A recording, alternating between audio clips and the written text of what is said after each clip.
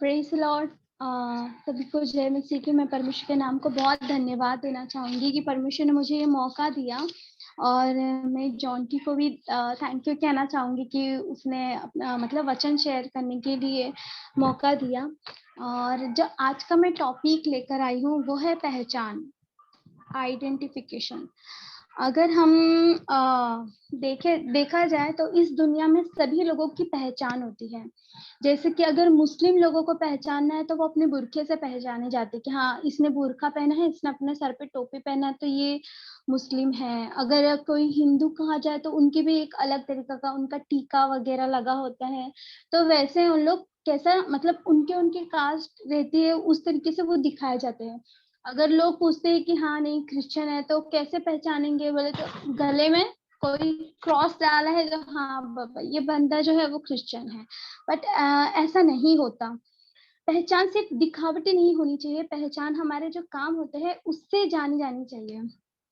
तो आइए मैं आपको एक छोटी सी स्टोरी शेयर करूंगी और उसके आधार पर एक वचन है, वो वचन मैं आप लोगों को शेयर करना चाहूंगी। और परमेश्वर आप सबको इस वचन के द्वारा और स्टोरी के द्वारा जरूर कुछ ना कुछ सिखाए, ये मैं उम्मीद रखती हूँ।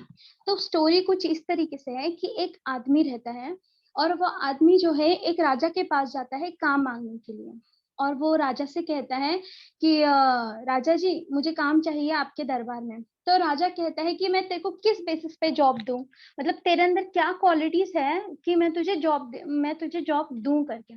तो फिर वो कहता है कि मैं सबकी पहचान जान जाता हूँ, ऐसा करके, कि असलियत में वो क्या है करके। तो राजा बोलता है कि ऐसे कैसे हो सकता है, तू कैसे क्या जान सकता है। तो उसको टास्क देता है। तो वो बोलता है ठीक है, तो सबसे पहले एक काम कर, तू यहाँ पे एक घोड़ों का अस्तबल है वहां की तू देखभाल कर, ऐसा करके बोलता है। तो उसके बाद में वो 2-3 दिन वहां पे काम करता है। और 2-3 दिनों के बाद में जो है वो क्या करता है, राजा के पास जाता है और राजा को कहता है कि हे राजा, तेरा जो घोड़ा है वो शाही घोड़ा नहीं है, वो एक साधारण सा घोड़ा है जिसको तू शाही घोड़ा करके उसके ऊपर सवार होता है। तो राजा उससे पूछता है कि इस ऐसे कैसे, क्या वो शाही घोड़ा नहीं है, तू कैसा पहचान सकता है, ऐसा कर कर।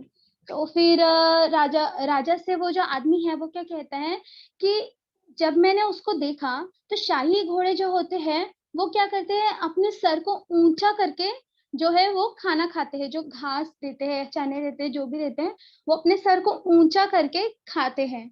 और जो ये जो घोड़ा है वो गाय का जो गोठा रहता है ना उनका, वहां पे पला बड़ा है। इसके लिए जैसे गाय लोग अपना मुंडी नीचे कर कर घास को खाते हैं, वैसे घोड़ा खा रहा है और यही इसकी पहचान है।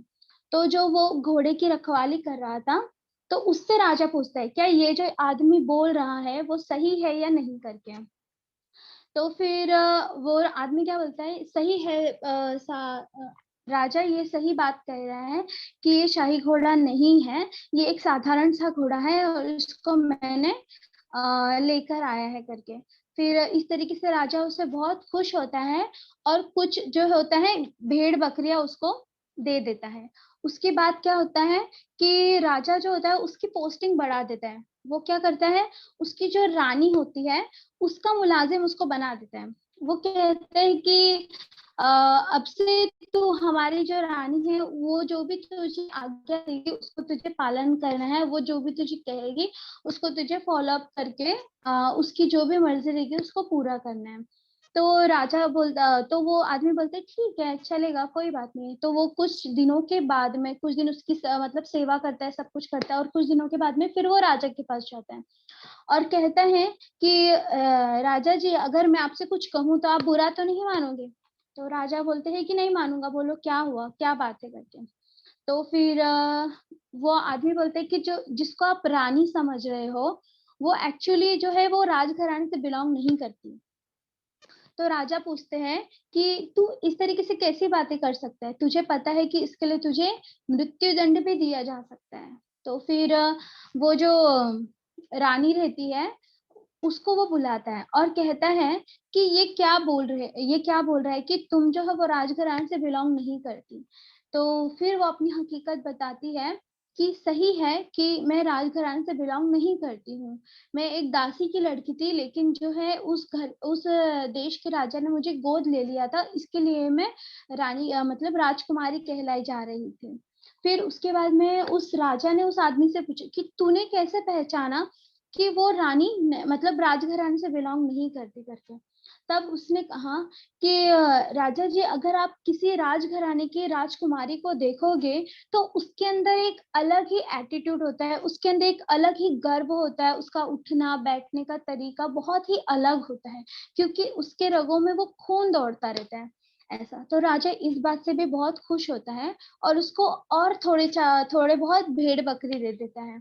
उसके बाद में वो क्या करता है, ठीक है चल तू सारे काम काज छोड़ दे, मैं तुझसे बहुत खुश हूँ, तो आज के बाद तू क्या है मेरे साथ ही रहेगा। तो वो जो आदमी है वो राजा के साथ रहने लगता है। राजा के साथ रहते रहते क्या होता है कि वो एक दिन राजा को बोलता है कि राजा, मैं तुझसे और एक बात कहने जा रहा हूँ जिसे सुनकर शायद से तुम यकीन नहीं करो, लेकिन यही सच है।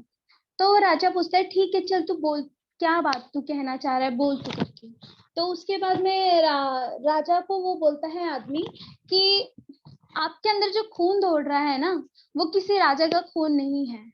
वो राजा बहुत हैरान हो जाता है और उसके ऊपर बहुत गुस्सा करता है और अपने सिपाहियों को बुलाता है, बोलता है इसको कैद कर दो, इसको कैद कर दो। फिर वो उसको कैद कर दिया जाता है। कैद करने के बाद में उसको फिर वो राजा पूछता है कि तू इस तरीके से कैसे कहता है, और फिर राजा अपने माँ बाप को बुलाता है। अपने माँ बाप को बुलाने के बाद में राजा पूछता है कि क्या मैं आप ही का बेटा नहीं हूँ, क्या मैं आप ही से जन्मा नहीं हूँ, क्या मेरे रगों के अंदर आप ही का खून नहीं दौड़ रहा है क्या, ऐसा करके। तब राजा के जो माता पिता थे वो चुप हो जाते हैं, क्योंकि उनके पास कोई जवाब नहीं होता। उसके बाद में वो इंसान है ना, वो इंसान उनको वापस से पूछता है कि जो सच्चाई है वो आप राजा को बताइए।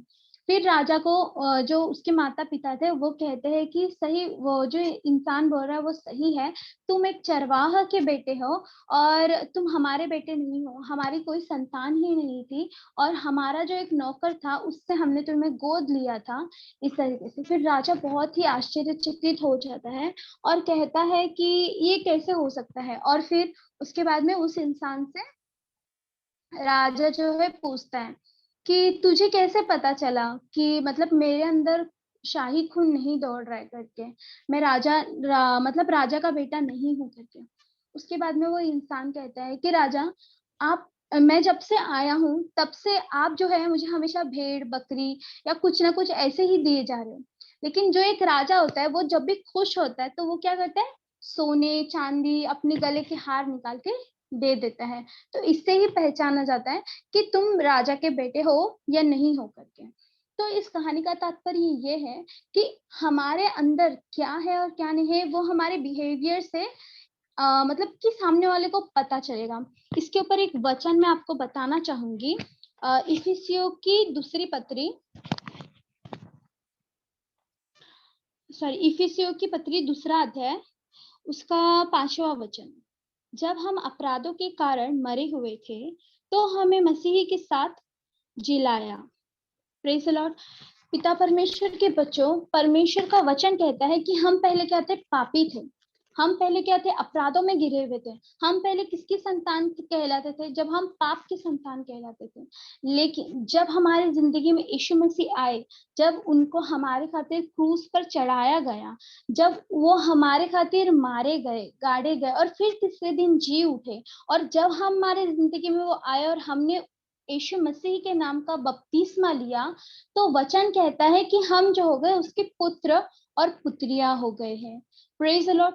लेकिन भले ही परमेश्वर हमको अपने पुत्र और पुत्रियां कहला दे, जैसे वो राजा राजा के पद पर था, वो जो रानी थी वो राजा की मतलब पत्नी बनकर उस पोस्ट पर थी, और वो घोड़ा जो शाही नहीं था लेकिन फिर भी उसको शाही घोड़ा कहा जा रहा था। लेकिन अपनी आदतों की वजह से क्या हो गया, उनका जो सच है वो सामने आया। वैसे ही भले ही हमें आज अगर हम वचन पढ़ते कि तुम परमेश्वर के बेटे बेटियां हो, तुम परमेश्वर के उत्तराधिकारी मतलब परमेश्वर के राज्य के उत्तराधिकारी हो, जैसा वचन कहता है, अगर जैसा वचन कहता है कि तुम आशीष के पात्र हो, ये सारा चीज वचन कहता है। लेकिन अगर हम उस काबिल नहीं है, अगर हमारा बिहेवियर वैसा नहीं है और अगर हम उस वचन के अनुसार नहीं चलते, तो हमारे अंदर वो क्वालिटीज, वो बातें, हमारे अंदर मसीही नहीं दिखता है। तो मेरे प्यारे पिता परमेश्वर के बच्चों, ये मैसेज के द्वारा मुझे बस यही कहना है कि परमेश्वर का वचन जैसे कहता है कि हम परमेश्वर के बेटे हैं, हम स्वर्ग के राज्य के अधिकारी हैं, तो हमें उस तरीके से रहना है, हमें उस तरीके से चलना है, हमें उस तरीके से बातें करना है। परमेश्वर का वचन कहता है कि परमेश्वर ने हमें क्या किया है, अन्य जातियों से अलग कर दिया है। उसी अगर तुम इफिसियों की दूसरी पत्री के दूसरा और तीसरा वचन पढ़ोगे तो उसमें लिखा है, पहले से अगर पहला दूसरा तीसरा तीनों वचन पढ़ोगे तो वहां पे लिखा है, उसने तुम्हें भी जिलाया जो अपने अपराधों और पापों के कारण मरे हुए थे, जिनमें तुम पहले इस संसार की रीति पर और आकाश के अधिकार के हाकिम अर्थात उस आत्मा के अनुसार चलते थे, जो अभी आज्ञा न मानने वालों में कार्य करता है। इनमें हम भी सब के सब पहले शरीर की लालसाओं में दिन बिताते थे और शरीर और मन की इच्छाएं पूरी करते थे और अन्य लोगों के समान स्वभाव ही से क्रोध के संतान थे। यहाँ पे वचन साफ रीति से क्या कहता है कि हम पहले क्या थे, क्रोध के संतान थे, लेकिन अब हम क्रोध की संतान नहीं है। अगर हम वचन पढ़ते हैं वहां पे लिखता है कि जो झूठ बोलता है तो शैतान उसका पिता है, लेकिन अभी हमारा पिता कौन है, परमेश्वर है। तो हमें अमेन। परमेश्वर पिता के समान जो सच बोलना है। Praise the Lord. मेरे प्यारे पिता परमेश्वर के बच्चों, आज मेरा यही वचन, यही मैसेज है कि हमारी पहचान, मतलब हमारे अंदर हमारे मसीह की पहचान हमें दिखानी है। जैसे पौलुस कहता है कि हे परमेश्वर, मुझ में तू दिखना चाहिए, मैं मरूं और मेरे अंदर तू जिए। Praise the Lord. तो इस वचन को हमें क्या करना है, हमारी जिंदगी में पूरा करना है। ठीक है। मैं इतना बोलकर अपने वचन, अपने जो मैसेज को खत्म करती हूँ और परमेश्वर का धन्यवाद देती हूँ। आमीन। Amen, thank you very much, that was really wonderful. That कि आज हमने सीखा कि हम परमेश्वर के बच्चे हैं और हमको झूठ नहीं बोलना चाहिए। Thank you so much.